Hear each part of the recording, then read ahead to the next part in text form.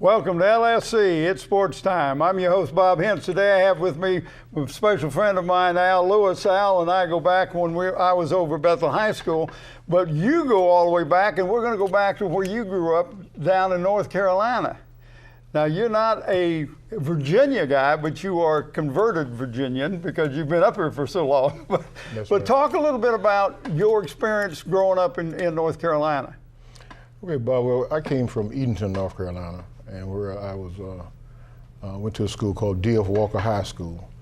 And D.F. Walker High School has the distinction of being the only high school in that area that really never had a losing season.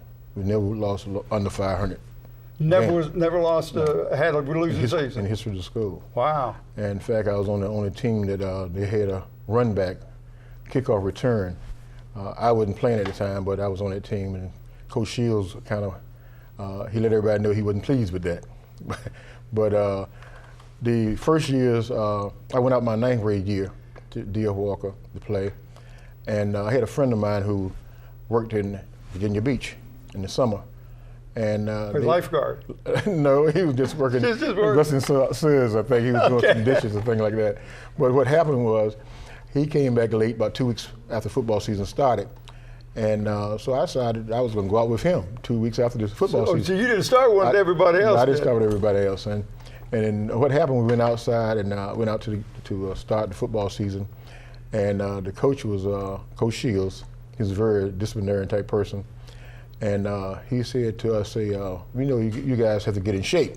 Say, run till I tell you to come in. Run until I tell you to come in. Right. And the rest of the people out practicing, we were running laps. It was a good sized field running around. And on the 65th lap, he hadn't said come in yet. We run 65 laps around a big field. And so I said to my friend Moore, James, I said, look, when you get to the end of this corner, I said, I think I'm gonna have to let this go. And he said, me too. We both charted off to the locker room, got halfway there, we heard Coach Shields hollering, where are you going? Come back, come back. I said, Coach, that's all right, I'll be on time next year. And, so you didn't even play that year? I didn't play that year. And after not playing that year, they had a severe type of motivation for you. Players would come over to you. I would sit out on the stoop talking to some young ladies, and the guys would come over and say, excuse me, you can't talk to him. He's off limits until he comes back out to play. They would tell the young lady she couldn't talk to you. That's right. Until you came back out until he comes back out and plays and makes a team. Anytime you walk around a guy my size, I was only about 240 in high school, 6'2". And so if you didn't play, that could be detrimental to your social life. But it sounds like it. Yeah, so but the next year I came back out. I was on time. and I played the rest of the season, 3 years with Coach Shields there. And we were undefeated my senior year. We went into play Windfall. And we had a goal line, the score was 0-0 with 1 minute left in the game. And he threw a muddy football. And our defensive back slapped it away, and the guy who had run out for Herford Windfall had slipped and fallen down. And the muddy football that the guy slapped away fell on his chest in the end zone, and they beat us 6-0. Whoa. And they went on to go to the state, but we didn't go to the state. That was the only time we had a chance to go. Those was 2 years in a row we'd lost one game in high school. Well, that's a pretty good experience. So now you graduate, and you get some offers and end up going to Elizabeth City State University. Yes, but before I got there, I was determined I wasn't going to Elizabeth City. I wanted a car. You wanted a car? I wanted a car, and so I went out to a place called Dolph Industry, and I was determined to work there and try to get this car. I had one teacher who inspired me to go. He told me that I could make it. We were young kids who we weren't aspiring to go to college at the time, and but to make a long story short, I went to this place, and a guy named Mr. Mizell, he worked there, and he would come in. He said, "Well, look, what are you doing here? Aren't you Mr. Lewis, Aubrey Lewis' son?" I said, "Yes, sir." He said, "Didn't you have scholarships? You play football?" I said, "Yes, I play football." He said, "Well, why are you down here?" I said, "I'm trying to get a car." He said, "You're trying to get a car?" He said, "Come back and see me this afternoon. I'm gonna show you something." So I went back to see him that afternoon. He was covered from head to toe with paint. blue and red and white paint. We had a place where they make tractor combines. Right. And his job was to paint them. And every day he would come out looking like paint. Paint, yeah, from head to toe. He told me, say, don't come in here. He said, I have 15 years in this place. I have 3 kids. I can't get out. Yeah, go to school. So he's telling you. He's telling me to go. Go to school. And I'm still, mind made up that I wasn't going. I'm still trying to get this car. And one day we came in, I ducked him. I changed up, went on the second shift, 4 o'clock shift to 6. At 4 o'clock to 12 o'clock at night to get away from him. Because he was putting the heat on me. And walked into the plant, and we had a place where they made tobacco sticks. And they had a little roll of metal. The guy would roll it off, stick it in the machine, and press it on the machine, and would make a formal box. I had the job of making the hinges that go on it, made out of angle line, about 1/2 inch thick, about 12 inches long, stick it in a boxing pan brake, bend it up, turn around that way, stick it in, bend it up, I had to make 1,000 of those things a day. That plate weighed about 40 pounds. You're getting strong, you get strong every day doing that. But to make a long story short, we came in and the young man who was doing the piecework, they were working on piecework, they were making by how many they made. And he was trying to do it real fast. And he stuck his hand in the machine and pressed the pedal, and he was taking it out, putting it right in so fast, machine double clutched. Came down, got his fingers. And when I came in at 4 o'clock, I saw blood all over the machine. I punched in, I punched back out.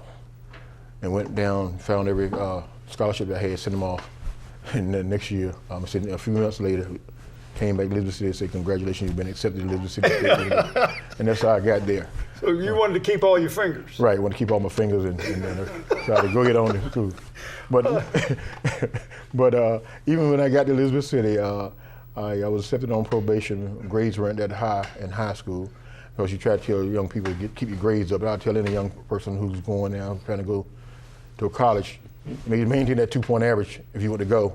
2.3 in order to go into the college now. But at that time, I couldn't see that. Right. But I was blessed to have another chance to get there. So after the first semester, Mom had put the law down. Mama said no football until you got your grades. Mom called me into the kitchen. I'll never forget the speech she made to me. My brother was graduating from Elizabeth City. He was finishing up that year. And I was going to senior in high school. And like I said, I wasn't interested in going to college. She told me, said, I'm gonna tell you something, son. So your brother's coming out this year. He's gonna get a good job, more than likely. She said, but if you don't want to go to school, I'm not gonna force you to go to school. But I don't want you to waste. If you want to go, I'll send you, but don't waste my money. Okay? I said, well, I want to be a heavy truck driver. I was trying to think of everything to do besides go. And she said, one thing I want to let you know. I sent him to school. I'll send you to school. But at no time will you come to this house and tell me I did more for your brother than I did for you, then I'll knock you out in here. Do you understand me? And she was that big a young lady, but she meant it. She gonna take care of you. She meant it. She meant that. But and that's what happened. I ended up going to Elizabeth City. Best thing that ever happened to me was going to Elizabeth City State University. I tell anybody that. School that people really cared about you, took you under the wing. Things that even I had the experience of taking the road that I took. I had people that around me to take me to the side, and things that I didn't know, like speech classes, will help you, mentor you, help you get along with the program they had there. And so the first year I didn't play football. The second year, well, at the end of the semester when I got off probation, I went out to the, what they call spring ball. Spring practice, yeah. And I made the team that way by facing some of his #1 talents that he had there. Right. They had us playing with 5-on-5 and this type of thing. And we were hitting so hard in the pits that the coach came over and stopped and said, well, I found my defensive end. And he saw me over there playing with the guys, with the bigger guys that he had. And that's how I started. I started from the time I left there, from sophomore year, junior year, and senior year. Okay, now when you was a senior, you made the all-conference, but there's a little story goes on because you missed a couple games. You got hit in the chest a couple times, and so you missed a couple games. And then what they do? Well, what happened to me, I was playing at St. Paul, and I got speared in the helmet because they would hit you with the head back in those days. and I experienced a helmet in the chest twice, and my lungs collapsed on the football field. Almost died on the football field. It hadn't been for oxygen on the sidelines, I probably would have passed. But they put the oxygen mask on me, revived me. I came back home that night, and coach said, "Don't leave, go anywhere." I said, "Okay." I go into the infirmary, stay for a couple of hours. Next day, I'm fine. I get up Sunday morning, I run down to Eden, see my parents. They like, hey, coach had a fit behind that. Oh, wow. And so, but make a long story short, I came back after 2 weeks, I put a sponge on my chest and played with the injury and made all 7 days. Home conference. Yeah, now, so you only played 3 years. Right. And you was a possibility of you being recruited or being drafted by the Cowboys. But tell me that story, because to me this is, you're a man of your word. And you have proven to me that. But tell me that story. My junior year, they had scouts to come down to Elizabeth City to take your time and this type of thing. And I was running something like a 5 flat, 140. Sometimes we were 4.9. But I was promised that if I had a good year my senior year, that I'd be drafted by the Cowboys. So my senior year, when the draft came out, I was looking for the draft because I had already made all conference. I had a good year my senior year. And but I also at the time came to Hampton to do student teaching at Thomas Eden Junior High School under Mr. Kubarakis. And so what happened with that was by being away, and when the draft came out, I didn't hear anything about it. And I asked the people about it, that my name wasn't in the draft. So finished the student teaching up in I guess somewhere in February when I finished student teaching here. Started in January. And when I got back home, I received a letter from Hampton City Schools saying I had a contract in the mail. If you want to come and teach at Hampton City Schools, sign this contract, have it back by April. And I hadn't heard anything from football, from a coach or anything, and no one said anything about it. So I signed the contract, sent it back. And a couple of months down the road in June, I get a call from my coach in Elizabeth City. Said, Al, I got 2 tickets for you to go down to the Dallas Cowboy tryout. I said, Coach, I appreciate the offer, but I've already signed Hampton City Schools to be a teacher next year. And I've already, given my word that I'd be there. And so I appreciate all you've done, but I can't take that offer now. And I just took the job in Hampton City Schools. The rest is history. That just blows my mind, because most people, and I'm not blowing away what you did, but most people would have gone down to try out to see if they could make the team, and then tell Hampton, say, well, I got a better offer. Well, my thinking was this, that if you were drafted and you had an injury, they would look out for the interest. Right. But if you were just like you go out for a tryout, they just throw you out there. Yeah. So if you're not really healed all the way, you at your own risk doing that. So I didn't want to take the risk of doing it. Plus, I'd already made a vow to Hampton City School that I would come here. And I haven't regretted coming to Hampton at all. I really enjoyed the years I came to Hampton, the same school that I did student teaching. I was offered the job at Thomas Eden. Right. The following year, Mr. Grady was the shop teacher. He left and went to Kickertan to be the shop teacher there. And so when I came back to Hampton, I was the technology teacher at Eden Junior High School, my old school that I did student teaching there. Well, and then you did some coaching, but you did some coaching at a sport you didn't know a whole lot about. Well, basketball. Well, I did basketball and track. I did track with Mr. Rainey for the first thing that I coached with track. Right. And I continued to coach track the whole 10 years I was at Eden. But basketball came up in 71. Larry Waddell was the track basketball coach there. He won the championship in 70. He moved on to Kickertan as the assistant principal. And Mr. Leon Stokes took the head job at basketball. I took the assistant job. Mr. Pagos was the JV coach at the time. The next year, Mr. Pagos took a job at Virginia, I can't think of what to call it, the Veterans Administration. Right. And he took the job there. And that job, I took the JV job, and 72, 74, became the JV champions of Hampton City School. We only played 6 games. And then I started with Mr. Stokes and stayed until He left in '77. I took the head varsity job over and did that for a while. And in 1980, they decided to close Thomas Eden Junior High School there and turn into a fundamental school. And I walked into the principal's office and said, this year we're going to go out on top. We're going to go out a winner.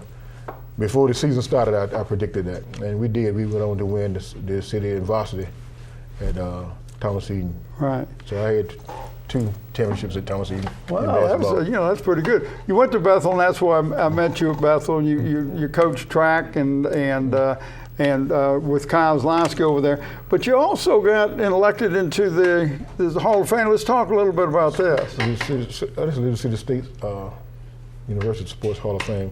I was inducted last year.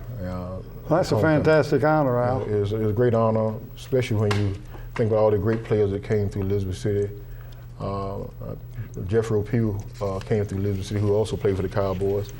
You have Johnny Walton, who played with the Eagles, that you see. I think you had a guy named Eugene Snipes, who played with the 49ers back in the day. And you have quite a few players who've come out of Elizabeth City who've done well. Ronald Leader, the other defensive end with me, he went to the Patriots. I think he played a year or 2. And I wasn't blessed to go that route, but like I say, I'm happy. I'm not. Well, if you'd gone to the Cowboys, I probably wouldn't have got to meet you, Al. So I mean, it was a destiny there. Maybe so. I also coached with Coach Smith at Fegels High School in '75. Well, that's right. And when when he first went to the first there. Yeah, I forgot about you being over there with Coach Smith at Phoebus. So, but I appreciate you coming in and sharing some of your stories with me. I love the idea that your mama had said, I'm not going to do any more for you than I did for your brother. That's right. So don't come back to me, but if I'm going to spend money, you better get your grades. That's right. Well, so that's a message that people and the kids need to know out there. Yeah. There's 2 things that come. Your mama made a commitment to she was going to send you to school, right. And then you made a commitment to come to Hampton to teach. And you upheld that commitment. I think that says a lot about your character. Thank you, Bob. I appreciate you coming in, Al. Thank you, Bob. Appreciate being here. Thank you for tuning in to LSC and Sports Time. I want to thank my special guest, Al Lewis. I'm your host, Bob Hintz. Until next time.